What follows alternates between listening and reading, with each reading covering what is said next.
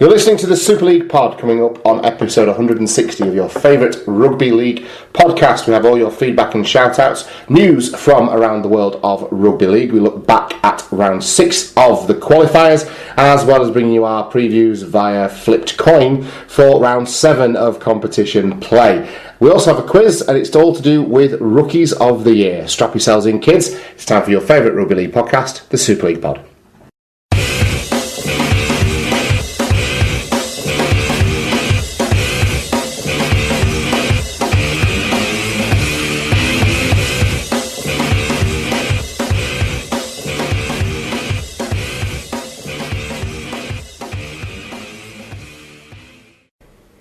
Okay everyone, welcome along to Super League Pod, episode 160. I'm Tom, the Bradford fan, and as always I'm joined by Mark, the Wigan fan, God bless him, in the podcast studio here at Super League Pod Towers to cast our eye over everything rugby league this week. Mark, how have you been? I'm okay, Tom. I've been okay. Yeah. Excellent. Crushing rugby league. No. Let's get to that later. The rest of my week's been savour that. been quite good. So, it was okay because I said bounce back on the way home. I listened to United winning 4-0 and then got home and watched the Steelers go 2-0 for the season. So, other sporting fixtures picked me back up to an extent. Are you going to start leaning on United a bit more if Wigan are shit? Is that what's happened? Because the last few years you've kind of gone off them, but just not given them the... They're scoring lots of goals, which means that they're fun to watch rather than 0-0 draws all the time at home. True.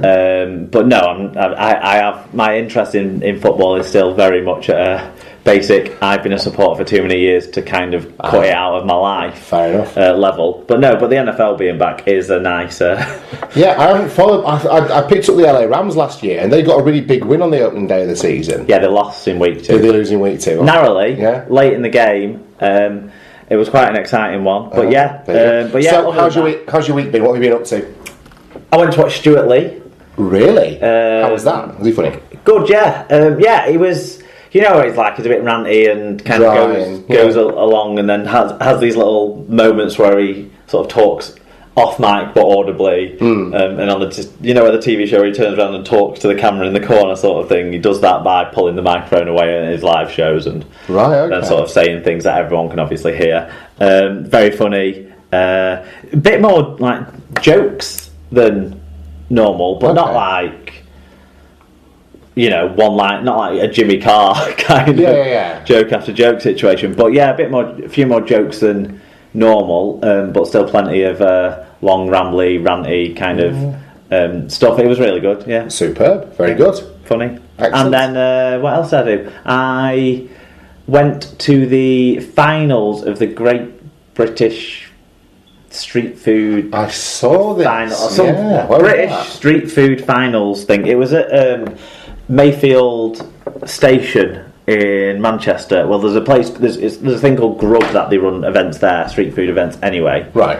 And it was kind of like organised by that group, and it was a bigger thing. So you went inside into the old depot underneath the old railway lines, in the old station, and there was stalls from all over the country, competing to be Street food king of the country. I don't know who won. I went along with a mutual friend of ours, and he was more interested in the food. I kind of got annoyed with how slow he was drinking his beers. Wow, that's a turnaround, isn't it? Well, there you go, yeah. Jesus, wept.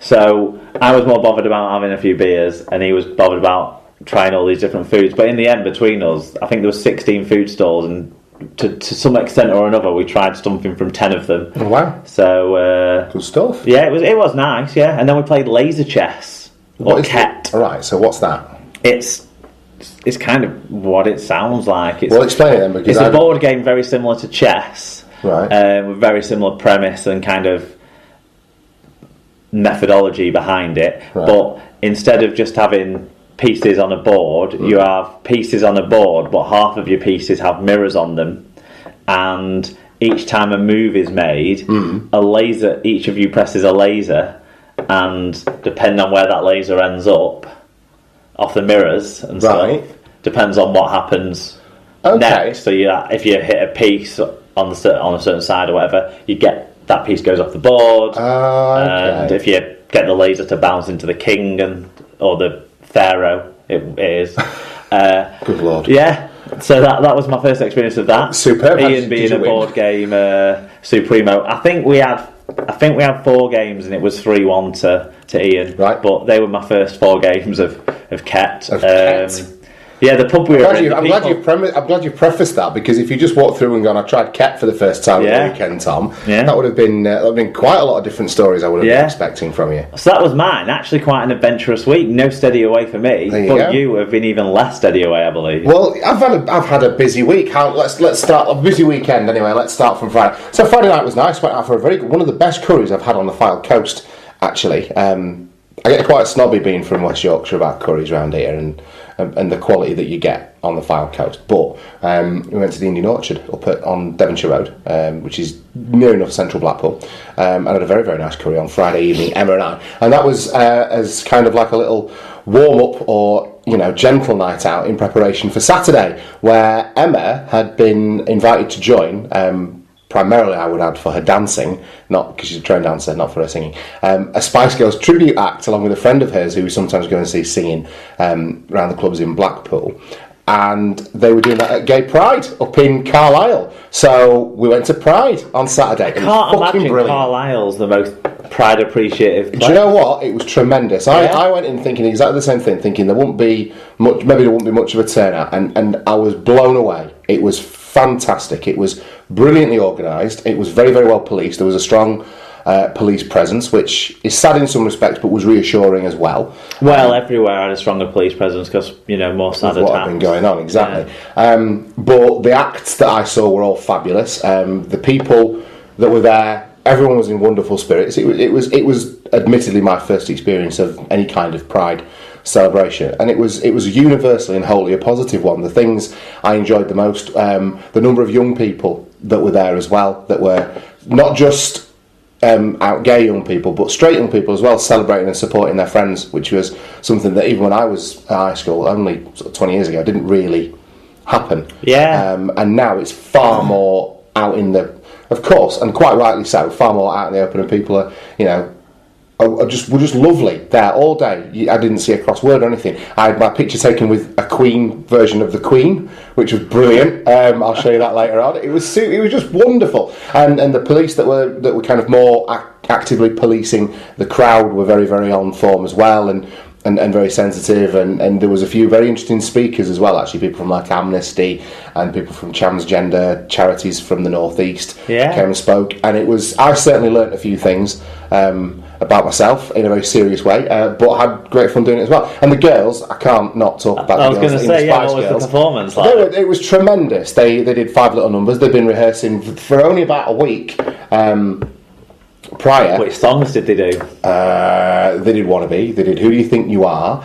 They did Spice Up Your Life. They did a love song. I don't know, Too Much of Something Is Not Enough. Oh, yeah. No, that one. And another. But I've got them. I filmed them all. I'm not going to put them up on the Twitter account now, but I'll let you have a little look. I saw them on your Facebook. Personal Facebook. Yeah, but the girls did wonderfully, and my Emma was exceptional as well. I can't say I sat through all 5 of the videos, but I saw them there. The great thing for me was just kind of seeing them go from, like, Emma had not really done any of that for a long, long time, and kind of got not roped in, but was invited on a night out. So who was she then? Emma was posh, which meant I was Bex for the day. Did she? So she had a wig on. Right, okay. Yeah, so she had a wig and that outfit, and then the rest of the girls all dressed up and were obviously the other different Spice Girls too. I only know one of the others. The other 3 I was introduced to on the day. Yeah. But they're all pals of Emma's. But no, it was just tremendous, and it was really, really good. The whole day was fabulous, really, and great fun. And then Sunday, I think what we did on Sunday, just a quiet one. I'm quite happy to keep this conversation going on with no rugby league content whatsoever. I know. Well, Carlisle no longer has a professional rugby league team in our life. We almost got in the car and drove down to Castleford, Wigan, as we were trying to figure out what to do with the afternoon. But it was a little bit after 2, so I thought I might not quite get there in time, and didn't want to waste a journey. We should have perhaps done that, but we had a nice quiet afternoon on Sunday. So that was my. You nearly went to a game of rugby. Nearly went to a game of rugby with Emma as well.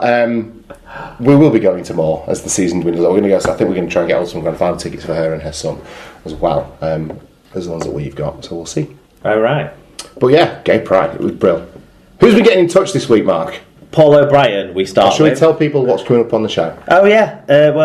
Because we spent that long talking about our weekends. We're going to talk about... What have we got? An interesting story about one of the referees who did their first game this weekend that Brian Davies has sent to us, coming up in the feedback. News... probably going to be dominated by the Wolfpack signings. Then we have to talk about Wigan being shocking for 45 minutes or so and then not getting back into a game. And loads of other action as well, because it's getting down to crunch time. There's certainly is. Some exciting results, weren't there, certainly this weekend. Massive game. Closing out how things happened in the final round in the lower down leagues there. We've got a Harry Jepson Cup update. So, and then... What's the quiz this week? Have you done any prep? No. It's Rookie of the Year stuff. Rookie of the Year stuff? Yeah. Okay. We'll get to that later on. That's alright, I reckon I feel happy about that. Because you've swatted up. No, I haven't at all. Oh. Well, we'll see. We'll see how we I do. tried to make it easier and more straightforward than last week. Fabulous. Well, that would... And factually accurate. Yeah, could do with a spot of that as well, couldn't we? Super. Well, let's get on with the show. Who's been getting in touch? Yeah, Paul O'Brien said, just listen to Super League Pod, great show as always, and saved me from watching Jeremy Kyle this morning and Loose Women. Do you think that's because that's the time of day we was listening to it, or do you think it's because that's the kind of show we're putting out there now? Well, judging on the start of this, I think it's been very Loose Women, but not that I've ever watched an episode of that in my life, actually. No. But, no, I think he means like he was off work in the morning, and that would have been the alternative. And I think he maybe was forced into such daytime TV viewing on the Tuesday morning, as we recorded a day late last week. Lee Whitnell, at L Whitnell on...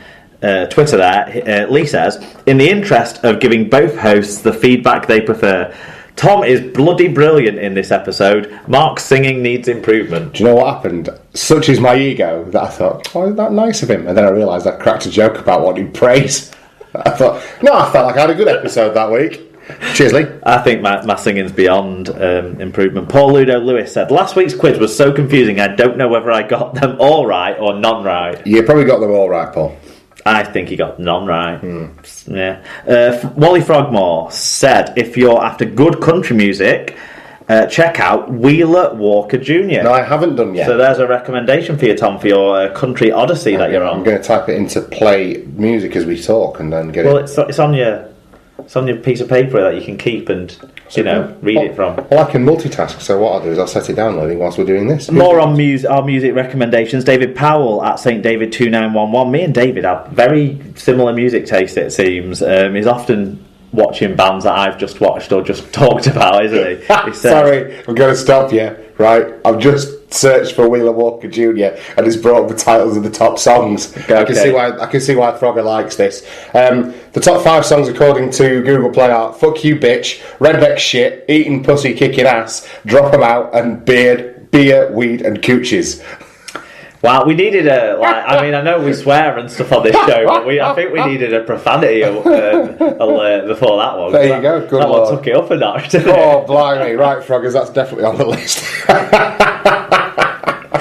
David Powell says, The National are a great band. High Violet is their masterpiece. Manchester Apollo next Friday and Saturday. So that will be this Friday and this Saturday now. Nice. I don't know if they have tickets left, but... check out your box office listings, kids. They might be getting supported by Wheeler Walker Jr., you never know. I would be surprised. I suspect not. David Cantrell at Dr. Hideous said, after the Danish Chair Museum, you should also see the plywood exhibition at the Victoria and Albert Museum. Seriously. So, there you go. If you're into wood and if you're in the London area, you know where to go, thanks to Big Dave. There you go. Big Dave will help you get wood. Yeah. Right, who got in touch now? Can I tell a little story about how stupid I was when I was 4? Yeah. Okay. If it's about Big Dave and wood, I don't know. Well, it's about plywood. People with a grasp of the geography of where I grew up will know that between Shipley and Bradford, there is or used to be a big Arnold Laver depot which did all woods and what have you. And when we would periodically drive into Bradford, my father and I was learning to read, so I wasn't the best reader in the world, we'd drive past this Arnold Laver depot and it would have on the side of it with all the different types of wood that they had, so it'd say like oak and furniture and and then at one point on the side of this depot it said what I thought was Play World, right? So in my little brain I thought it was somewhere like an indoor play area or Ah, something. okay. So I'd say to that, can we go